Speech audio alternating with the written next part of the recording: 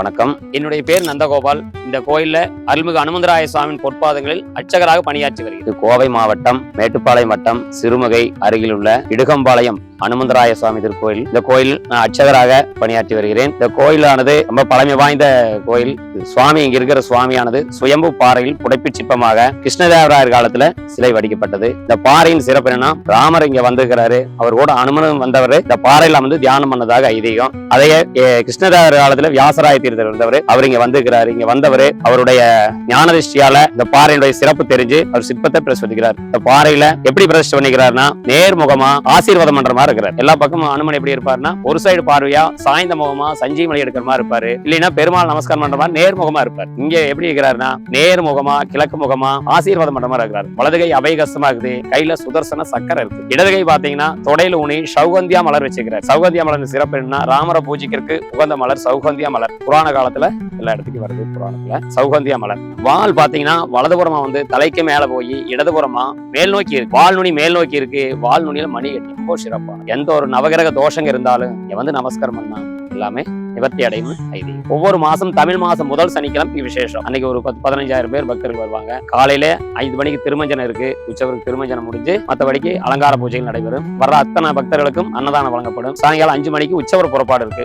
ஒவ்வொரு மாசம் சிறப்பு வழிபாடு இருக்கு. அதுபோக டெய்லி 6 கால பூஜை இருக்கு. காலையில் 5 மணிக்கு நட திறந்தா இரவு 8 மணி வரைக்கும் நட திறந்திருக்கு. காலையில் 5 மணிக்கு நட திறந்ததுமே உற்சவருக்கு பாலாபிஷேகம் இருக்கு. அது முடிஞ்சு சகஸ்ரநாம அர்ச்சனை இருக்கு. அர்ச்சனை முடிஞ்சு மகாதேவாரணம் இருக்கு. காலையில் 8 மணிக்கு காலச்சந்தி பூஜை இருக்கு. மணி 11:30 மணிக்கு உற்சவருக்கு திருமஞ்சனம் இருக்கு. ரெகுலரா திருமஞ்சனம் இருக்கு உற்சவருக்கு. மணி சாயங்காலம் 6 மணிக்கு சாய்ராட்சி பூஜை சகஸ்ரநாம பூஜையோட 7:45 ஏகாந்த சேவை பூஜை இருக்கு. இது மாதிரி சிறப்பு பூஜைகள் இருக்கு. அதுபோக ஒவ்வொரு மாசமும் பௌர்ணமிக்கு திருவிளக்கு பூஜை இருக்கு. திருவிளக்கு பூஜையில் வந்து கலந்துட்டா அனைவருக்கும் அவர்கள் வேண்டி வந்த காரியங்கள் சிறப்பாக நடைபெறும். திருமணம் ஆகாதவர்களுக்கு திருமணம் நடைபெறும். குழந்தை பாக்கியம் இல்லாதவர்களுக்கு குழந்தை பாக்கியம் கிடைக்கும். இது அனுமனின் சிறப்பு ரொம்ப விசேஷமானது. அதுபோக செந்தூர் அலங்காரம் பண்ணிட்டு இருந்தோம். செந்தூர் அலங்காரம் செய்யலாம். அப்புறம் வெண்ணக்காப்பு இருக்கு, வெண்ணெய் அலங்காரம் செய்யலாம். இது மாதிரி சிறப்பு பூஜைகள் இருக்கு. ஒவ்வொரு பௌர்ணமிக்குமே வெள்ளி கவசம் போட்டோம். சுவாமிக்கு வெள்ளி கவசம் சாத்தி மூஞ்சிக்கு சந்தன அலங்காரம் பண்ணிடுவோம். அது ரொம்ப சிறப்பானது. இந்த அலங்காரத்துல கலந்துக்கிறது. அதுபோக பெண்கள் எல்லாம் வந்து திருவிளக்கு பூஜை இருக்கு. திருவிளக்கு பூஜையில கலந்துக்கிறது ரொம்ப விசேஷம். இந்த பூஜையில கலந்துட்டா வேண்டிய காரியங்கள் அனைத்துமே சிறப்பாக நடைபெறும். ஒவ்வொரு மாசமும் மார்கழி மாசத்துல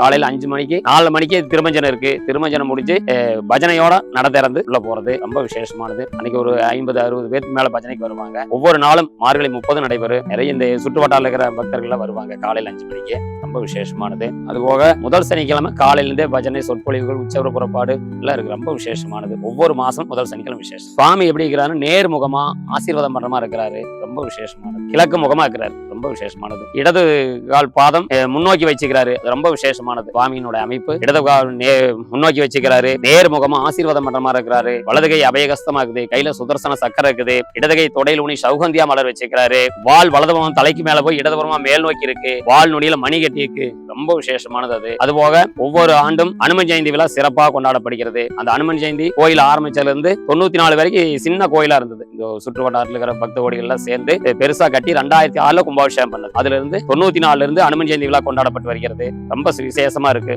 அனுமன் ஜெயந்திக்கு லட்சார்ச்சனை பூஜைகள் இருக்கு. ஒவ்வொரு வருஷமும் சிறப்பா நடைபெறுது. லட்சார்ச்சனை பூஜை இருக்கு. உற்சவர் வச்சு லட்சார்ச்சனை முடிஞ்சு உற்சவர் புறப்பாடு இருக்கு. வர்ற அத்தனை பக்த கோடிகளுக்கு அன்னதானம் வழங்கப்படுது. ரொம்ப சிறப்பானது. அதுபோக ராமநவமிக்கு இங்க சிறுமுகையில கோதண்டராமர் இருக்கிறாரு. இங்கிருந்து அனுமர் கோதண்டராமர் கோயிலுக்கு ரதத்துல புறப்பட்டு செய்வார். ரொம்ப விசேஷமானது. திருவிழா மாதிரி இருக்கு. அன்னைக்கு இங்க அனுமன் ஜெயந்திக்கு ராமர் அங்கிருந்து ரதத்துல வருவார். அனுமர் ஆசீர்வாதம் பண்றதுக்கு. அது பெரிய திருவிழா. ஒவ்வொரு மாசமும் முதல் சனிக்கிழமை விசேஷம். 12 மாசம் 12 சனிக்கிழமை விசேஷமானது. அதுபோக அனுமன் ஜெயந்தி, ராமநவமி இதெல்லாம் ரொம்ப விசேஷமானது. ஆஞ்சநேயர் கோயிலுக்கு மேல்புறமா ஒரு சிவன் கோயில் உள்ளது. ரொம்ப பிரசித்தி பெற்றது. சிவன் விநாயகர் சுயம்புல இருக்கிறாரு. சுயம்பு பாறையில முன்பகுதியில் விநாயகர் இருக்கிறாரு. ஒரே பாறையில் பின்பகுதியில் நந்தி இருக்கிறார். கீழே சிவன் இருக்கிறாரு. அவரு சுயம்புதான். சிவனை பார்த்து நந்தி இருக்கிறாரு. ரொம்ப விசேஷமானது. ஒவ்வொரு இதுலயும் எல்லாமே சுயம்பு தான் இருக்கிறது. எல்லாமே விநாயகர் சுயம்பு, நந்தி சுயம்பு, சிவன் சுயம்பு, ஆஞ்சநேயர் சுயம்பு எல்லாமே சுயம்பு பாறைகள். ரொம்ப புனிதமான ஸ்தலம் இது. அனைத்து பக்தர்களும் வந்து கலந்து அனுமனின் அருள் பெற்று செல்லுமாறு கேட்டு